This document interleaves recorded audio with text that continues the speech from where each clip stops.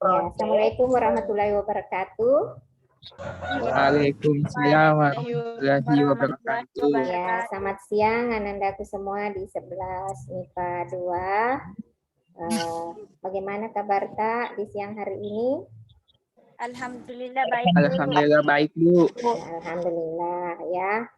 Puji syukur kita panjatkan kepada Allah Subhanahu wa taala karena kita masih bisa dipertemukan di ruang virtual ini, dan saya harapkan tetap semangat sampai di jam pelajaran biologi berakhir. Marilah kita mengirimkan salam salawat dan taslim ke junjungan kita Nabiullah Muhammad sallallahu alaihi wasallam.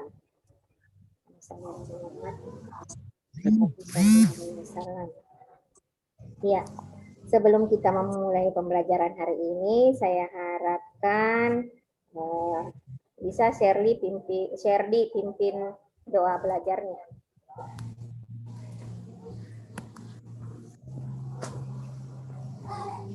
Sherdy nak, dipimpin dulu doa belajar, diaktifkan mic Tak.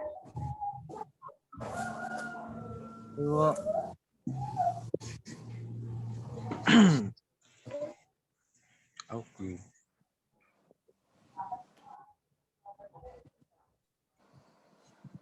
Baiklah, sebelum kita memulai pembelajaran pada hari ini, marilah kita bersama-sama berdoa. Berdoa dimulai.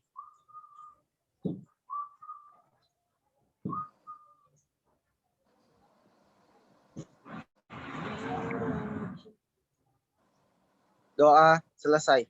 Iya, terima kasih Sherdy atas kesediaannya memimpin doa. Hari ini kita di ruang virtual ini sudah ada 22 orang yang bergabung, termasuk saya. Ada 20 peserta didik dari 33 peserta didik yang ada di 11 MIPA 1. Jadi sambil menunggu teman-temannya hadir, kita mulai saja karena waktu kita tidak banyak.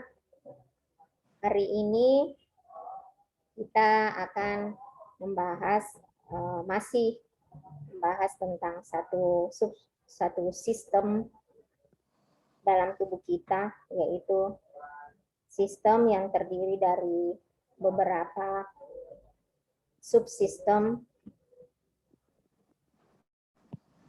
yaitu sistem koordinasi. Ya.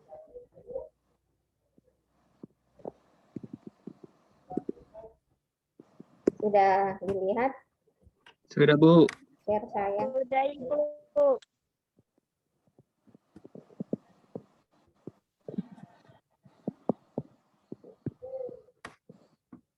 Ya, sebelumnya saya antarkan dulu, ini sistem koordinasi terdiri atas 3 subsistem, yaitu ada sistem saraf, ada sistem endokrin atau sistem hormon, dan ada sistem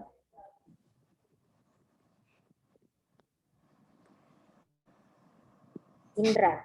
Nah, sebelum itu sistem koordinasi ini merupakan penjabaran dari HD 310 ya. Bisa dilihat di sini yang terdapat adalah organ-organ yang ada di dalam pada tubuh manusia. Saya kira semuanya sudah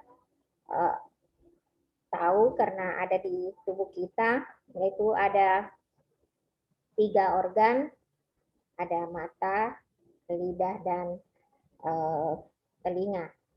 Nah, organ ini termasuk bagian dari sistem organ apa? Ada yang bisa menjawab? Indra, Ibu. Iya, sistem indera ya. Nah, hari ini materi kita berkaitan dengan sistem indera. Di sini ada mata, ada lidah, dan ada telinga.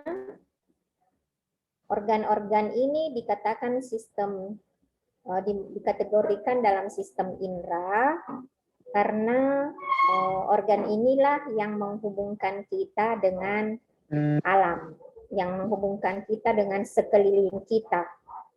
yang memberikan menangkap tanda-tanda yang ada di alam dan mengirimnya ke sistem saraf untuk nanti akhirnya berkoordinasi dengan sistem endokrin untuk melakukan suatu mekanisme atau proses fisiologi, ya. Jadi ketiga subsistem, sistem saraf, sistem indera, sistem endokrin bekerja bersama-sama untuk melakukan sistem koordinasi. Ibaratnya bagian dari suatu tubuh, indera ini adalah bagian awal atau bagian terluar dari sistem koordinasi. Karena dia yang menangkap sinyal-sinyal yang ada di alam dan menghantarkannya ke subsistem yang lain. Nah, mengapa seperti itu? Mengapa dia bisa melakukan mekanisme itu? Mari kita lihat anatomi dari berbagai organ ini. Saya ingatkan kembali untuk materi sistem koordinasi ini adalah penjabaran dari kompetensi dasar 310 dan 410, ya, yang mana indikatornya itu ada 7 indikator untuk kognitif dan 1 indikator untuk psikomotorik, ya. Nah, hari ini kita khusus membahas tentang indikator 310-3 dan 310-4. Yaitu mengidentifikasi struktur dan fungsi sel pada sistem indera dan menganalisis mekanisme kerja sistem indera. Ya. Berkaitan dengan itu, diharapkan kalian bisa menganalisis ini dengan menerapkan sikap disiplin, tekun, bekerja sama, jujur, ya, selama proses pembelajaran berlangsung. Model pembelajaran yang digunakan untuk mencapai atau untuk mengkaji indikator ini yaitu model pembelajaran problem based learning. Jadi diharapkan nanti kalian bisa menemukan masalah-masalah yang ada pada sistem indera dan merumuskannya berupa suatu pertanyaan. Nah, untuk itu kita kembali ke materi gambar yang ada tadi, persepsi yang saya tampilkan.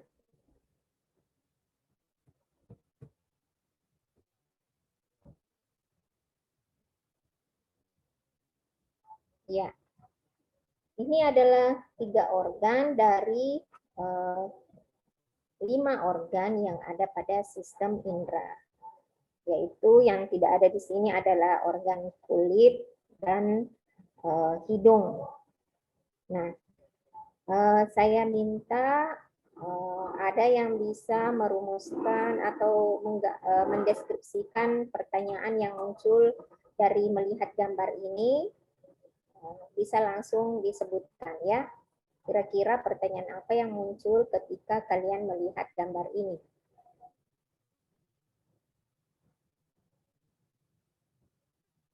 Siapa yang bisa?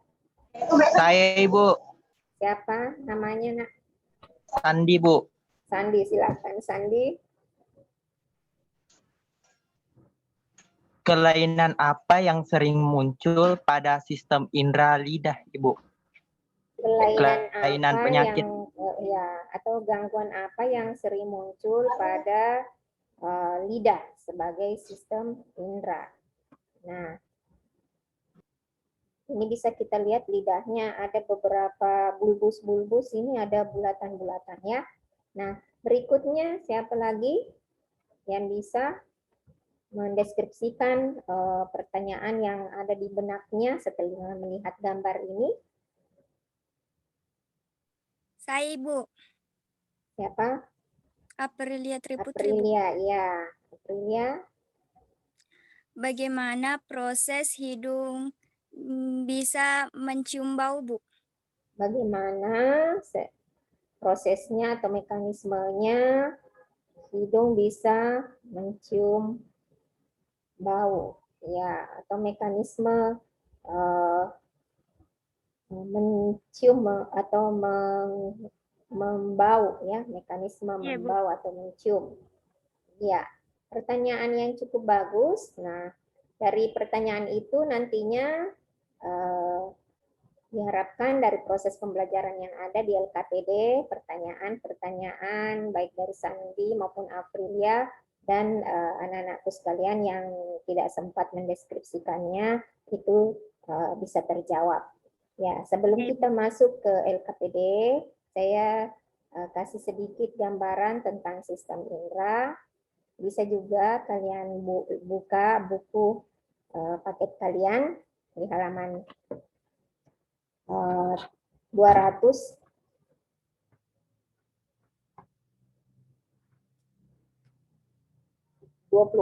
Itu tentang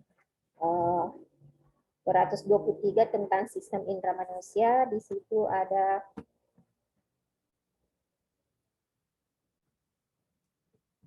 kita lihat dulu mulai dari mata sebagai alat indera. Ya.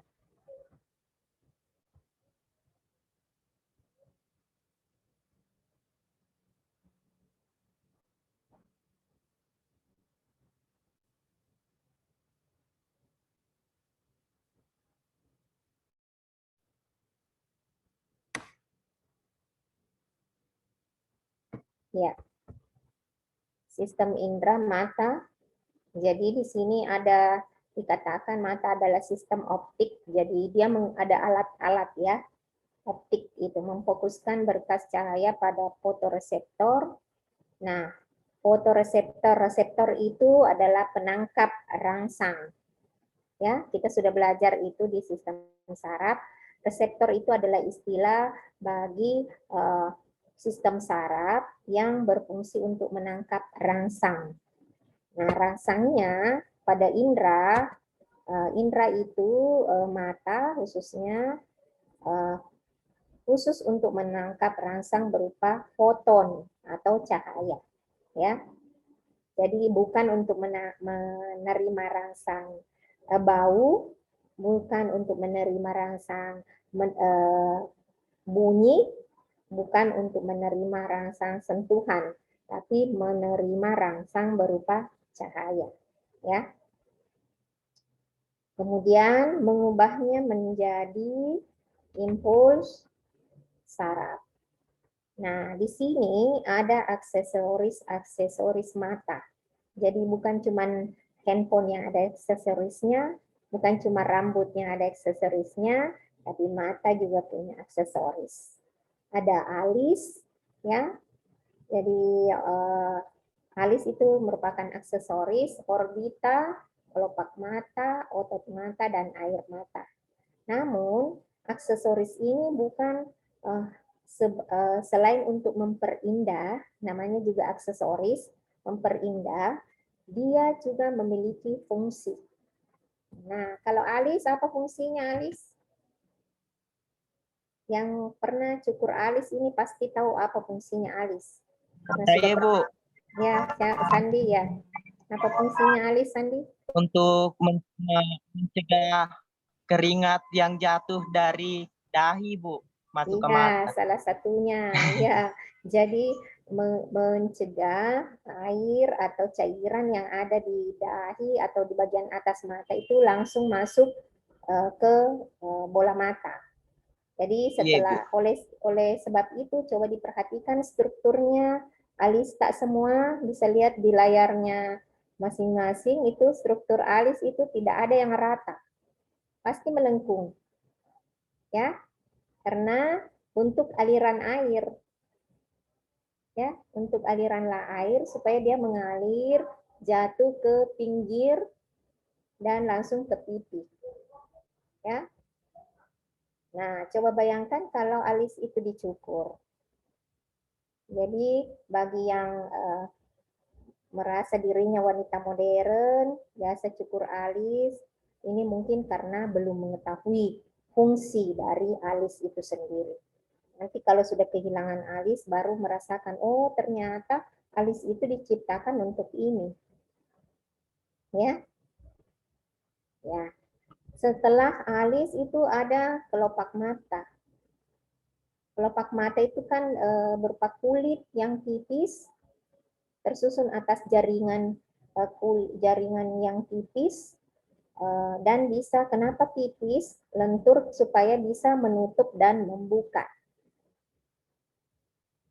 ya, supaya bisa menutup dan membuka. Tidak sama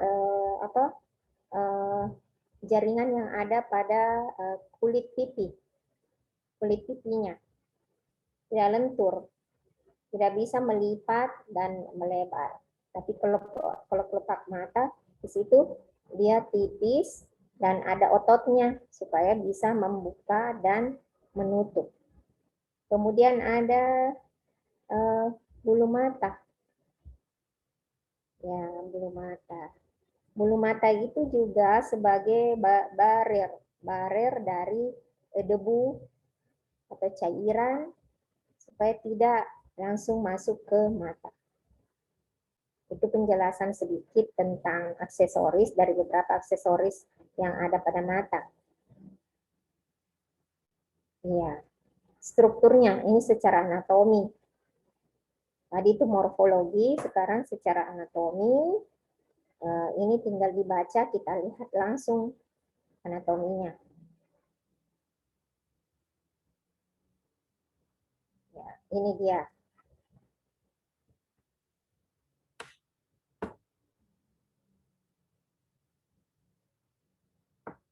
Ya, alis, ada otot, ini otot yang menyebabkan kelopak mata bisa membuka dan menutup. Ini otot orbicularis, otot levator, ada konjungtiva, ya, dan ada konjungtiva palpebral. Ini secara umum, kemudian secara khusus ini dia. Ya, di sini ada bagian kita lihat dari tampak samping atau lateral, itu ada rongga posterior dan ada rongga anterior dan badan siliari. Rongga posterior itu itu artinya setelah atau belakang, kemudian rongga anterior itu adalah rongga depan. Jadi di bola mata kita itu ada rongganya, ada rongga depan dan ada rongga belakang. Ini bisa dilihat di rongga posterior ini ada banyak pembuluh darah yang berhubungan dengan saraf, ya. Nah, kita lihat bagian-bagiannya, dilihat secara seksama. Ini ada bagian-bagian dari rongga anterior dulu, ya, dari depan. Dari depan kita mulai dari kornea. Kornea yang ada di bola mata, bisa dilihat di bola mata kalian itu yang paling luar itu ada namanya kornea. Kemudian setelah kornea itu ada ruang anterior. Di kornea ini yang berwarna biru, kemudian yang warna putih ini ruang anterior. Kemudian pada setelah ruang anterior itu ada ruang posterior, yang mana di antara ruang anterior dan ruang posterior itu ada pupil, ya. Pupil itu yang di mata kita itu ada bola mata yang coklat, itu pupil. Ya, kalau dari depan, ini kalau dari depan, pupil itu kelihatan ya, kentara pupil dengan iris. Tapi ini dari samping, dari lateral. Kemudian setelah pupil itu ada ruang posterior, yang mana pada ruang posterior itu ada iris, ada ligamen suspensor, dan ada lensa.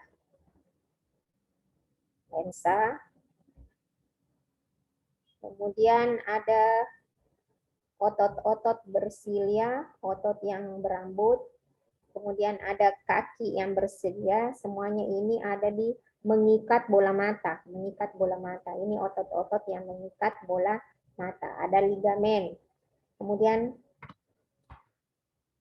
ada sinus, kemudian ada masuk ke rongga posterior, itu ada ruang vitreous. Ruang ini berisi pembuluh-pembuluh darah, kemudian bermuara pada bintik buta. Jadi ini ada arteri itu yang merah, ada vena yang biru. Di ujung pembuluh darah itu ada bintik buta. Kemudian ada otot yang mengikat bola mata secara keseluruhan, itu ada otot rectus lateral dan ada otot rectus medial. Kemudian ada yang berwarna kuning seperti lemak, ini ada fovea centralis. Jadi ini lapisan dari bola mata, ada fovea centralis, ada koroid, dan ada sklera. Jadi bola mata yang bulat itu ada 3 lapisan terluar yang menyelubungi, ya, yaitu ada sklera, koroid, dan retina. Ya. Untuk lebih lanjutnya, saya tidak akan menjelaskan lagi bagian-bagiannya, cuma menampilkan saja ya, di sini di file PowerPoint ini sudah lengkap anatomi dan mekanismenya. Saya hanya menampilkan saja anatomi dari mata, kemudian ada anatomi dari hidung. Ini rongga hidung, fovea nasalis. Ini ada di sini bulbus olfactorius, inilah yang diperbesar. Diperbesar di sini bisa kita lihat sel-sel saraf yang ada. Ini dendrit badan sel, bisa kita lihat di sini. Ada aroma kopi masuk ke rongga hidung, kemudian ditangkap oleh bulbus olfactori. Bagian-bagian dari bulbus olfactorius ini ada di sini. Ya, ini tentang hidung, kemudian mekanismenya, kemudian telinga.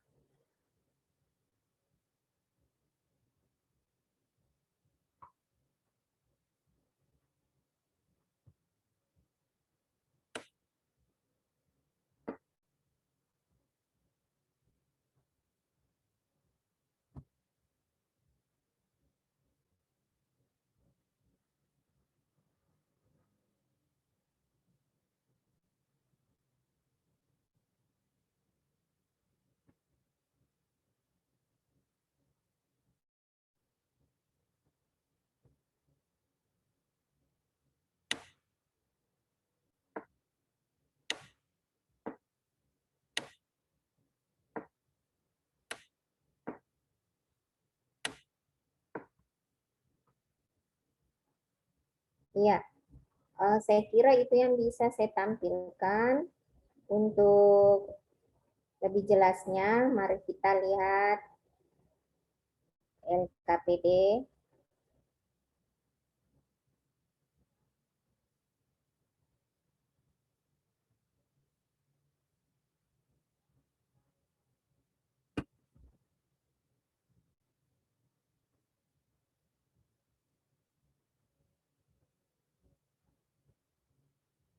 Sudah kelihatan? Iya, Ibu. Oke. Ini LKPD Sistem Indra. Silakan dikerjakan. Kegiatan belajar duanya. Ya, di sini ada beberapa bagian-bagian dari sistem indra. Kalian diminta untuk memberi nama bagian-bagian tersebut, kemudian menjelaskan fungsi dari bagian-bagian tersebut. Jelas gambarnya? Iya, Ibu, jelas. Ya, Bu, jelas, Bu. Ini dikerjakan selama 1 jam pembelajaran berikutnya, dan insya Allah diharapkan hari Sabtu ini sudah bisa selesai dan ditempuh di sekolah ya. Jika ada yang mau ditanyakan silakan, Nak. Ada yang mau bertanya? Jelas ya? Untuk Iya. jadwal pengumpulannya, Bu. Jadwal pengumpulannya hari Sabtu jam 9 biasanya pengumpulan tugas ya. Jadi untuk ini tinggal di print. Di GCR itu sudah ada instruksinya. Mungkin tadi tidak sempat membuka GCR karena langsung belajar di Zoom. Instruksinya ini tolong di print saja. Tidak usah di print halaman depan, langsung di print saja ini kegiatan belajar 2. Jadi halaman depannya tidak usah di print, nanti digabung dengan tugas yang sistem saraf ya. Jadi kegiatan sistem saraf itu kan kegiatan belajar 1. Nah, kegiatan belajar 2 ini langsung digabung saja dengan kegiatan belajar 1. Jadi tinggal di print dan ditulis tangan, jawaban ada. Jadi sudah disediakan tempat menjawab di sini.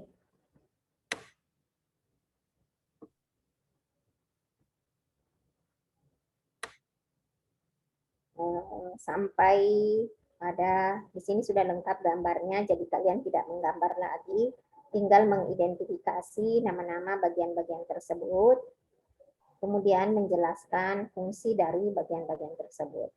Kemudian selain itu ada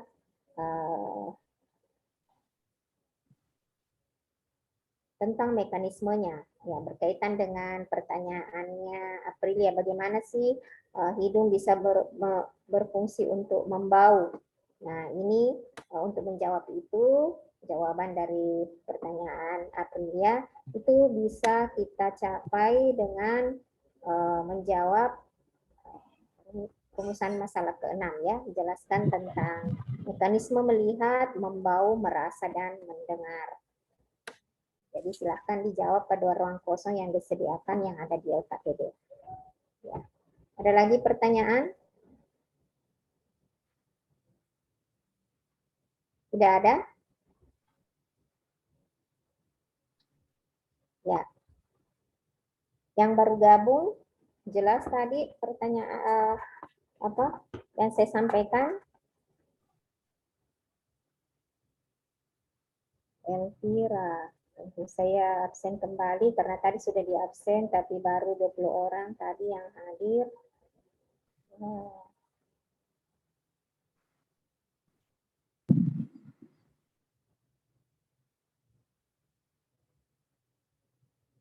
Asmida.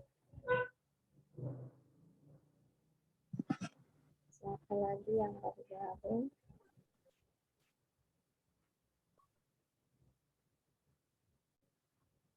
Sambil saya cek kehadirannya, siapa tahu ada yang mau bertanya.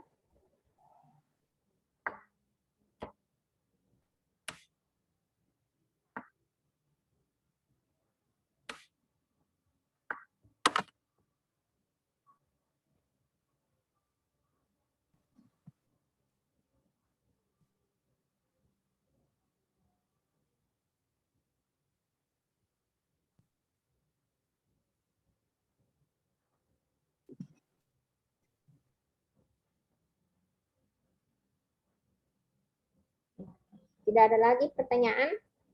Kalau begitu, saya tutup pembelajaran melalui room Zoom ini, dan Silakan jika ada ditanyakan, pembelajaran dilanjutkan di WA ya, sambil mengerjakan tugas yang ada di LKPD. Sudah ya? Ya, Iya, Ibu. sekian. Assalamualaikum warahmatullahi wabarakatuh. Waalaikumsalam warahmatullahi wabarakatuh. Warahmatullahi wabarakatuh. Silakan, Lip, nak.